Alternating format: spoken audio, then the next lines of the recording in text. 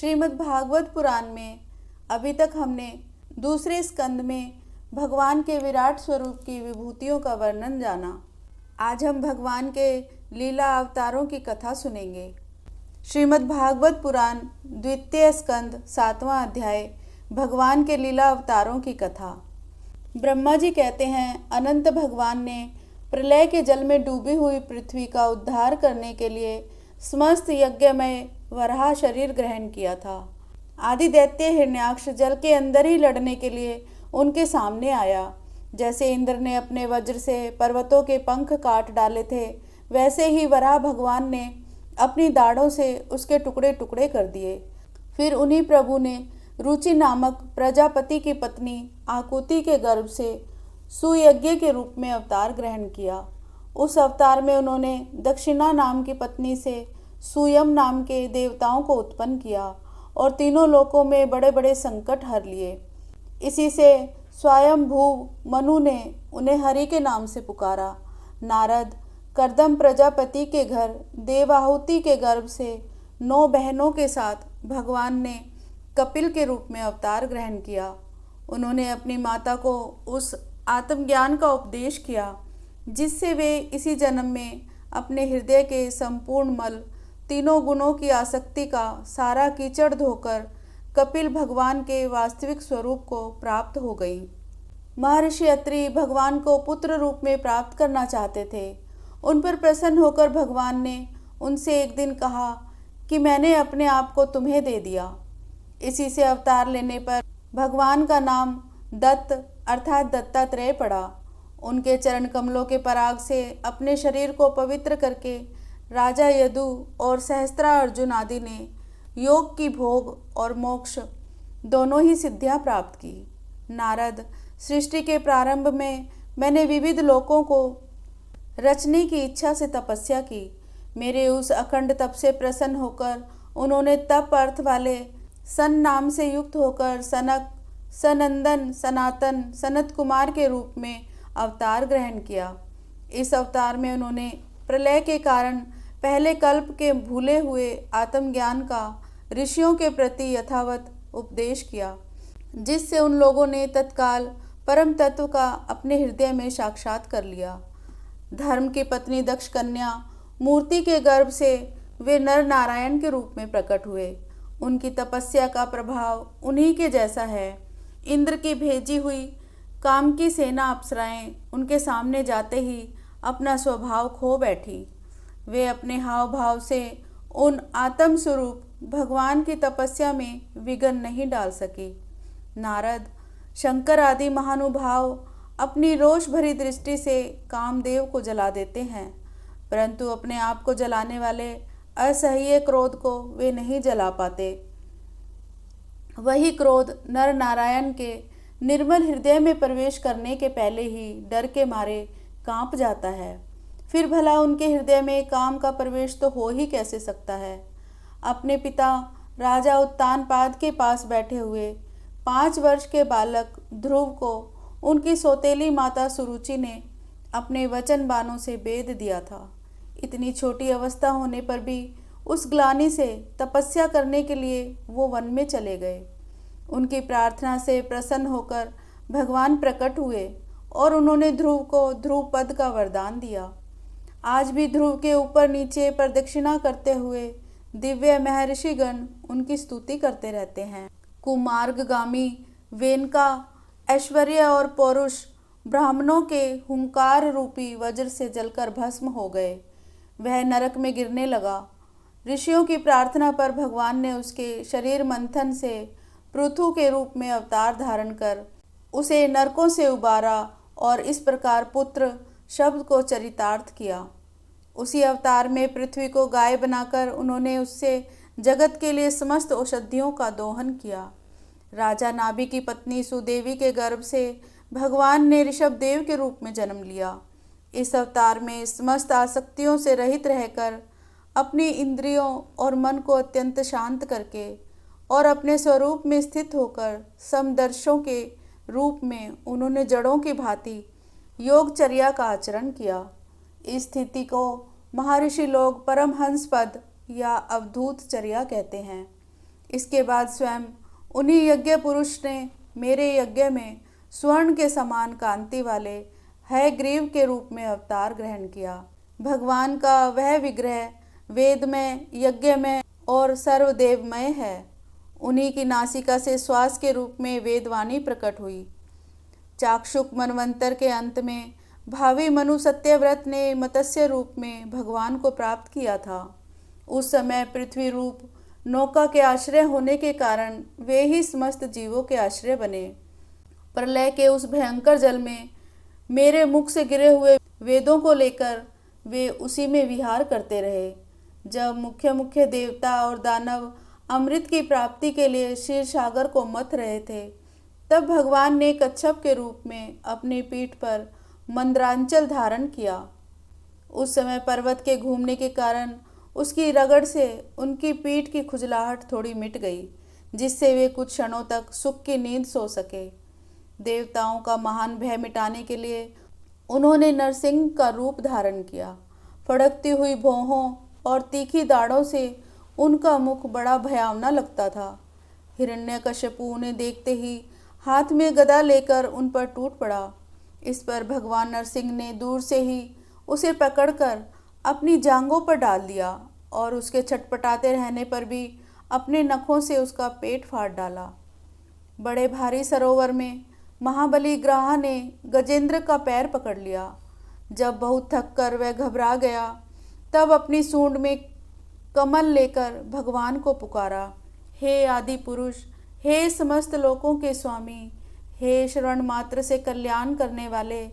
उसकी पुकार सुनकर अनंत शक्ति भगवान चक्रपाणी गरुड़ की पीठ पर चढ़कर वहां आए और अपने चक्र से उन्होंने ग्राह का मस्तक उखाड़ डाला। इस प्रकार कृपा परवश भगवान ने अपने शरणागत गजेंद्र की सूंड पकड़कर उस विपत्ति से उसका उद्धार किया। भगवान वामन अदिति के पुत्रों में सबसे छोटे थे, परंतु गुणों की दृष्टि से वे सबसे बड़े थे, क्योंकि यज्ञ पुरुष भगवान ने इस अवतार में बलि के संकल्प छोड़ते ही संपूर्ण लोकों को अपने चरणों से ही नाप लिया था। वामन बनकर उन्होंने 3 पग पृथ्वी के बहाने बलि से सारी पृथ्वी तो ले ली, परंतु इससे यह बात सिद्ध कर दी कि सन्मार्ग पर चलने वाले पुरुषों को याचना के सिवा और किसी उपाय से समर्थ पुरुष भी अपने स्थान से नहीं हटा सकते, ऐश्वर्य से अलग नहीं कर सकते। दैत्यराज बलि ने अपने सिर पर स्वयं वामन भगवान का चरणामृत धारण किया था। ऐसी स्थिति में उन्हें जो देवताओं के राजा इंद्र की पदवी मिली, इसमें कोई बलि का पुरुषार्थ नहीं था। अपने गुरु शुक्राचार्य के मना करने पर भी वे अपनी प्रतिज्ञा के विपरीत कुछ भी करने को तैयार नहीं हुए। और तो क्या, भगवान का तीसरा पग पूरा करने के लिए उनके चरणों में सिर रखकर उन्होंने अपने आप को भी समर्पित कर दिया। नारद, तुम्हारे अत्यंत प्रेम भाव से परम प्रसन्न होकर हंस के रूप में भगवान ने तुम्हें योग, ज्ञान और आत्म तत्व को प्रकाशित करने वाले भागवत धर्म का उपदेश किया। वह केवल भगवान के शरणागत भक्तों को ही सुगमता से प्राप्त होता है। वे ही भगवान स्वयंभू आदि मनवंतरों में मनु के रूप में अवतार लेकर मनु वंश की रक्षा करते हुए 10 दिशाओं में अपने सुदर्शन चक्र के समान तेज से बेरोक टोक निष्कंटक राज्य करते हैं। तीनों लोकों के ऊपर सत्यलोक तक उनके चरित्रों की कमनीय कीर्ति फैल जाती है और उसी रूप में वे समय समय पर पृथ्वी के भारभूत दुष्ट राजाओं का दमन भी करते रहते हैं। स्वनाम धन्य भगवान धन्वंतरी अपने नाम से ही बड़े बड़े रोगियों के रोग तत्काल नष्ट कर देते हैं। उन्होंने अमृत पिलाकर देवताओं को अमर कर दिया और दैत्यों के द्वारा हरण किए हुए उनके यज्ञ भाग उन्हें फिर से दिला दिए। उन्होंने ही अवतार लेकर संसार में आयुर्वेद का प्रवर्तन किया। जब संसार में ब्राह्मण द्रोही, आर्य मर्यादा का उल्लंघन करने वाले नारकीय क्षत्रिय अपने नाश के लिए ही दैववश बढ़ जाते हैं और पृथ्वी के कांटे बन जाते हैं, तब भगवान महापराक्रमी परशुराम के रूप में अवतीर्ण होकर अपनी तीखी धार वाले फरसे से 21 बार उनका संहार करते हैं। मायापति भगवान हम पर अनुग्रह करने के लिए अपनी कलाओं भरत, शत्रुघ्न और लक्ष्मण के साथ श्री राम के रूप में इक्ष्वाकु के वंश में अवतीर्ण होते हैं। इस अवतार में अपने पिता की आज्ञा का पालन करने के लिए अपनी पत्नी और भाई के साथ वे वन में निवास करते हैं। उसी समय उनसे विरोध करके रावण उनके हाथों मारा जाता है। त्रिपुर विमान को जलाने के लिए उद्यत शंकर के समान जिस समय भगवान राम शत्रु की नगरी लंका को भस्म करने के लिए समुद्र तट पर पहुंचते हैं, उस समय सीता के वियोग के कारण बढ़ी हुई क्रोधाग्नि से उनकी आंखें इतनी लाल हो जाती हैं कि उनकी दृष्टि से ही समुद्र के मगरमच्छ, सांप और ग्रह आदि जीव जलने लगते हैं और भय से थर-थर कांपता हुआ समुद्र झटपट उन्हें मार्ग दे देता है। जब रावण की कठोर छाती से टकराकर इंद्र के वाहन ऐरावत के दांत चूर चूर होकर चारों ओर फैल गए थे, जिससे दिशाएं सफ़ेद हो गई थी, तब दिग्विजयी रावण घमंड से फूलकर हंसने लगा था।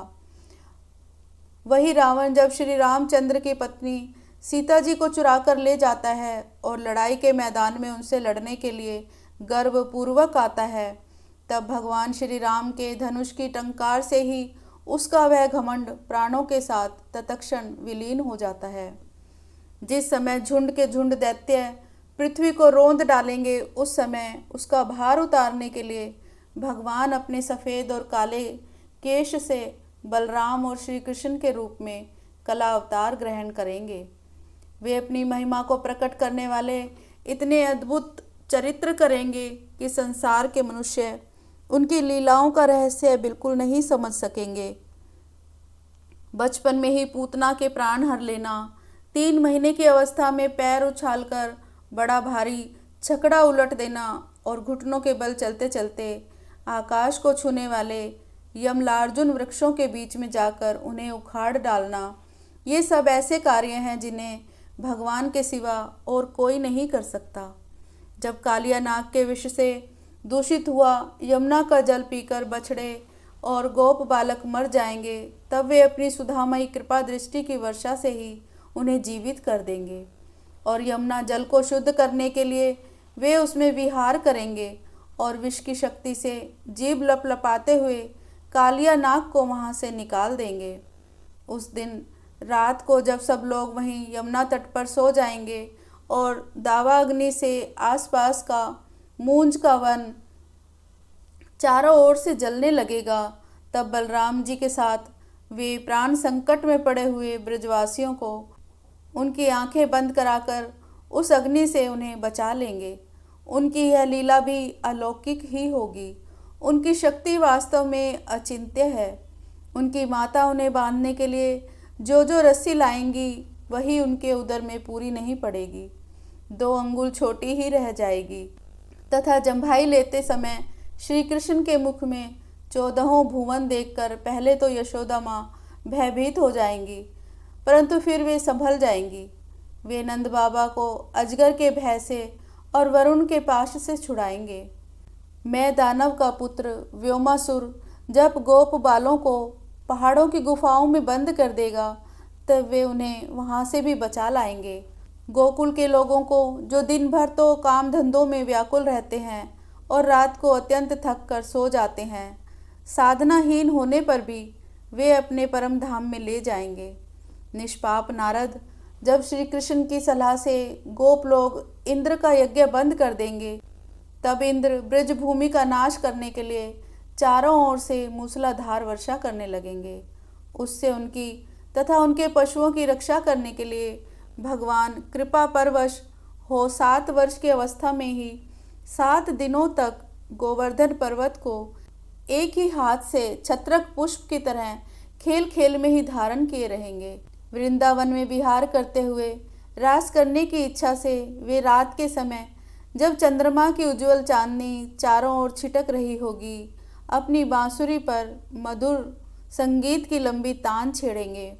उससे प्रेम विवश होकर आई हुई गोपियों को जब कुबेर का सेवक शंखचूड़ हरण करेगा, तब वे उसका सिर उतार लेंगे। और भी बहुत से प्रलंबासुर, धेनुकासुर, बकासुर, केशी, अरिष्टासुर आदि दैत्य, चाणूर आदि पहलवान, कुवलयापीड़ हाथी, कंस, काल यवन, भौमासुर, मिथ्या वासुदेव, शाल्व, द्विदवानर, संबरासुर, विदुरथ और रुक्मी आदि तथा कंबोज, मत्स्य, कुरु, केकय और संजय आदि देशों के राजा लोग और जो भी योद्धा धनुष धारण करके युद्ध के मैदान में सामने आएंगे, वे सब बलराम, भीमसेन और अर्जुन आदि नामों की आग में स्वयं भगवान के द्वारा मारे जाकर उन्हीं के धाम में चले जाएंगे।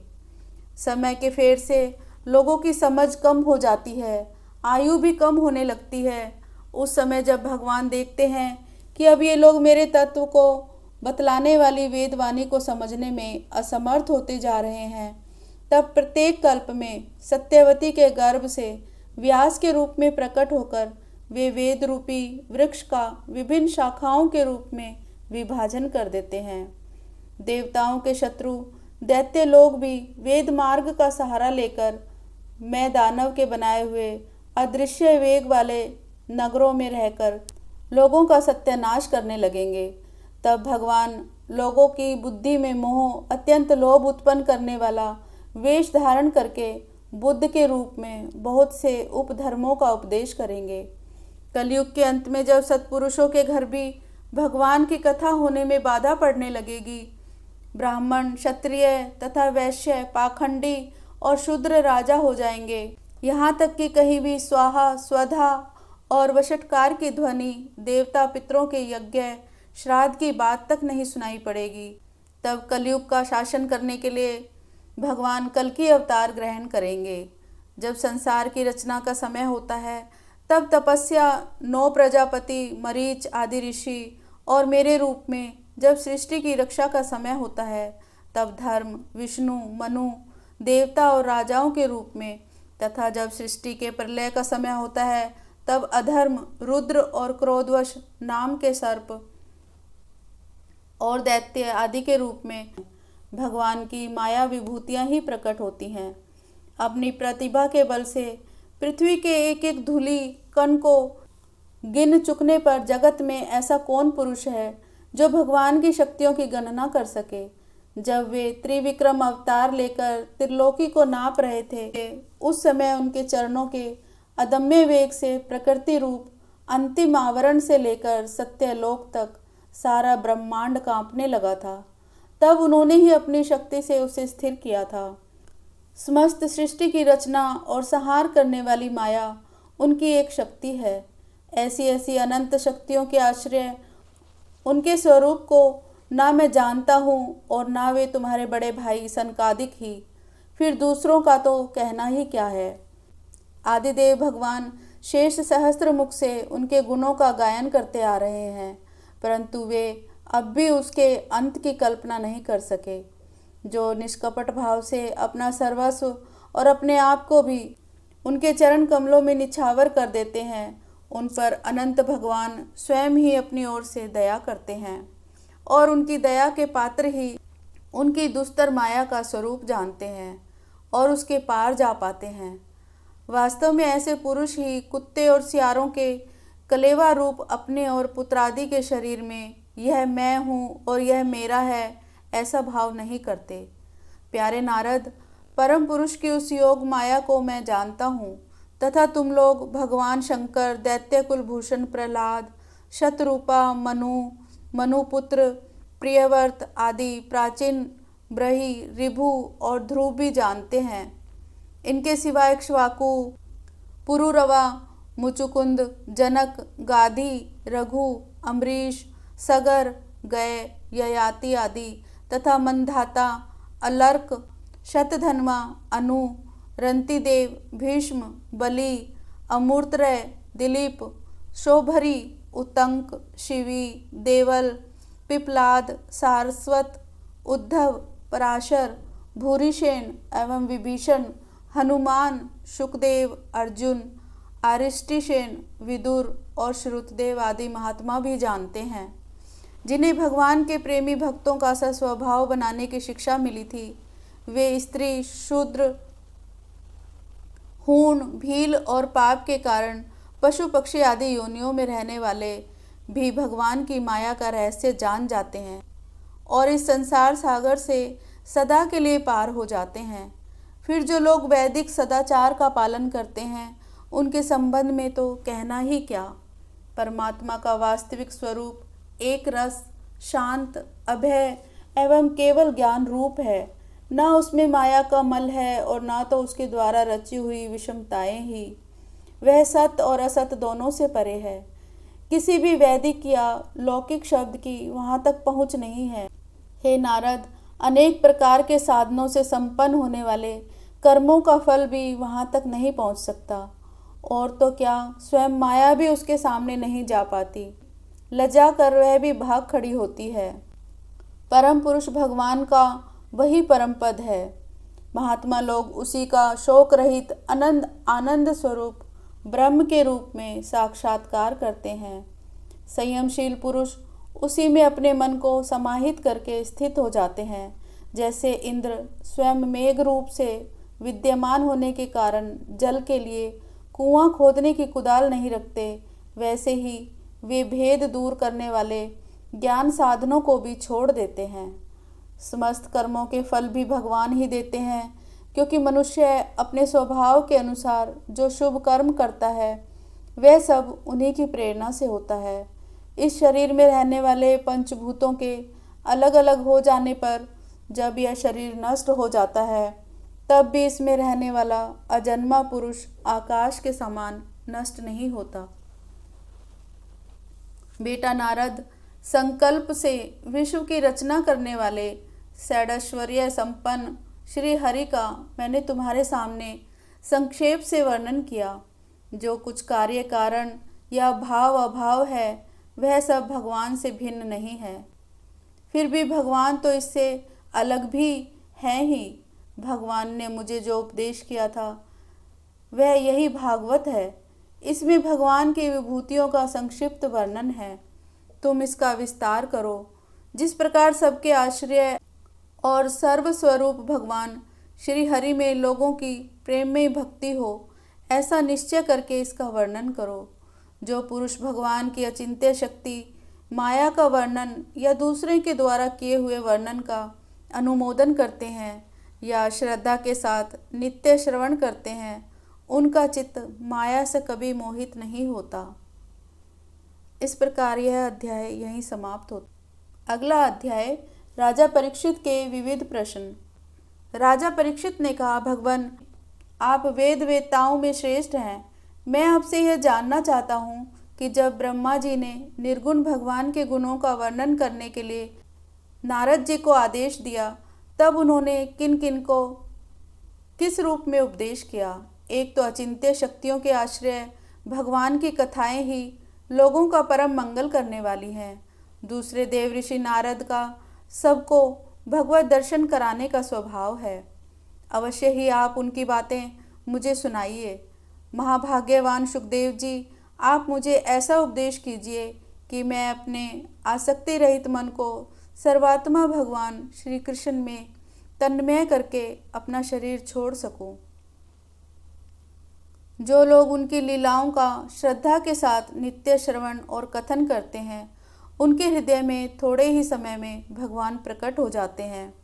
श्री कृष्ण कान के छिद्रों के द्वारा अपने भक्तों के भावमय हृदय कमल पर जाकर बैठ जाते हैं, और जैसे शरद ऋतु जल का गंदैलापन मिटा देती है, वैसे ही वे भक्तों के मनोमल का नाश कर देते हैं। जिसका हृदय शुद्ध हो जाता है वह श्री कृष्ण के चरण कमलों को एक क्षण के लिए भी नहीं छोड़ता। जैसे मार्ग के समस्त कलेशों से छूटकर घर आया हुआ पथिक अपने घर को नहीं छोड़ता। हे भगवान, जीव का पंचभूतों के साथ कोई संबंध नहीं है, फिर भी इसका शरीर पंचभूतों से ही बनता है। तो क्या स्वभाव से ही ऐसा होता है या किसी कारणवश? आप इस बात का मर्म पूर्ण रीति से जानते हैं। भगवान की नाभि से वह कमल प्रकट हुआ जिसमें लोकों की रचना हुई। यह जीव अपने सीमित अवयवों से जैसे परिचित्र है, वैसे ही आपने परमात्मा को भी सीमित अवयवों से परिचित्र सा वर्णन किया। यह क्या बात है? जिनकी कृपा से सर्वभूत में ब्रह्मा जी प्राणियों की सृष्टि करते हैं, जिनके नाभि कमल से पैदा होने पर भी, जिनकी कृपा से ही ये उनके रूप का दर्शन कर सके थे, वे संसार की स्थिति, उत्पत्ति और प्रलय के हेतु सर्व अंतर्यामी और माया के स्वामी परम पुरुष परमात्मा अपनी माया का त्याग करके किस रूप से शयन करते हैं। पहले आपने बतलाया था कि विराट पुरुष के अंगों से लोक और लोकपालों की रचना हुई। फिर यह भी बतलाया कि लोक और लोकपालों के रूप में उसके अंगों की कल्पना हुई। इन दोनों बातों का तात्पर्य क्या है? महाकल्प और उनके अंतर्गत अवान्तर कल्प कितने हैं? भूत, भविष्यत और वर्तमान काल का अनुमान किस प्रकार किया जाता है? क्या स्थूल देहाभिमानी जीवों की आयु भी बंधी हुई है?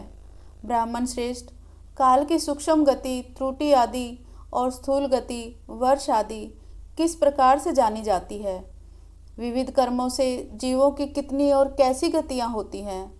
देव, मनुष्य आदि योनियाँ सत्व, रज, तम इन तीनों गुणों के फलस्वरूप ही प्राप्त होती हैं।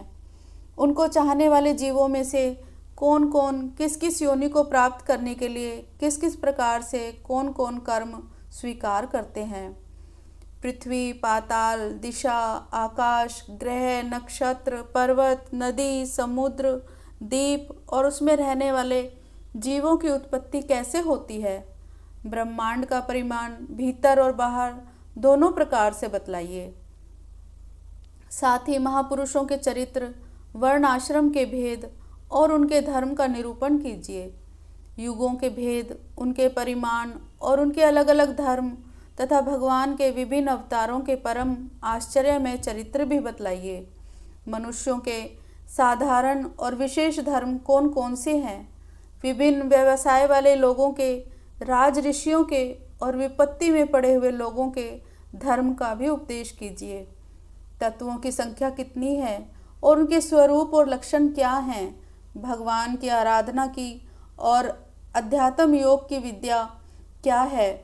योगेश्वरों को क्या क्या ऐश्वर्य प्राप्त होते हैं और अंत में उन्हें कौन सी गति मिलती है? योगियों का लिंग शरीर किस प्रकार भंग होता है? वेद, उपवेद, धर्मशास्त्र, इतिहास और पुराणों का स्वरूप और तात्पर्य क्या है? समस्त प्राणियों की उत्पत्ति, स्थिति और प्रलय कैसे होता है? बावली, कुआं खुदवाना आदि स्मार्त, यज्ञ यज्ञादि वैदिक एवं काम्य कर्मों की तथा अर्थ, धर्म, काम के साधनों की विधि क्या है? प्रलय के समय जो जीव प्रकृति में लीन रहते हैं उनकी उत्पत्ति कैसे होती है? पाखंड की उत्पत्ति कैसे होती है? आत्मा के बंध मोक्ष का स्वरूप क्या है और वह अपने स्वरूप में किस प्रकार स्थित होता है? भगवान तो परम स्वतंत्र हैं, वे अपनी माया से किस प्रकार क्रीड़ा करते हैं और उसे छोड़कर साक्षी के समान उदासीन कैसे हो जाते हैं? हे भगवान, मैं यह सब आपसे पूछ रहा हूँ, मैं आपकी शरण में हूँ। महामुने, आप कृपा करके कर्मशः इनका तात्विक निरूपण कीजिए। इस विषय में आप स्वयंभू ब्रह्मा के समान परम प्रमाण हैं। दूसरे लोग तो अपनी पूर्व परंपरा से सुनी सुनाई बातों का ही अनुष्ठान करते हैं। हे ब्राह्मण, आप मेरी भूख प्यास की चिंता ना करें। मेरे प्राण कुपित ब्राह्मण के श्राप के अतिरिक्त और किसी कारण से निकल नहीं सकते, क्योंकि मैं आपके मुखारविंद से निकलने वाली भगवान की अमृतमयी लीला कथा का पान कर रहा हूँ। सूत जी कहते हैं, शौनक आदि ऋषियों, जब राजा परीक्षित ने संतों की सभा में भगवान की लीला कथा सुनाने के लिए इस प्रकार प्रार्थना की, तब सुखदेव जी को बड़ी प्रसन्नता हुई। उन्हें वही वेद तुल्य श्रीमद् भागवत महापुराण सुनाया जो ब्रह्मकल्प के आरंभ में स्वयं भगवान ने ब्रह्मा जी को सुनाया था। पांडुवंश शिरोमणि परीक्षित ने उनसे जो जो प्रश्न किए थे वे उन सब का क्रमशः उत्तर देने लगे। इस प्रकार यह अध्याय यहीं समाप्त होता है। ओम श्री कृष्णाय नमः। कथा अभी जारी है।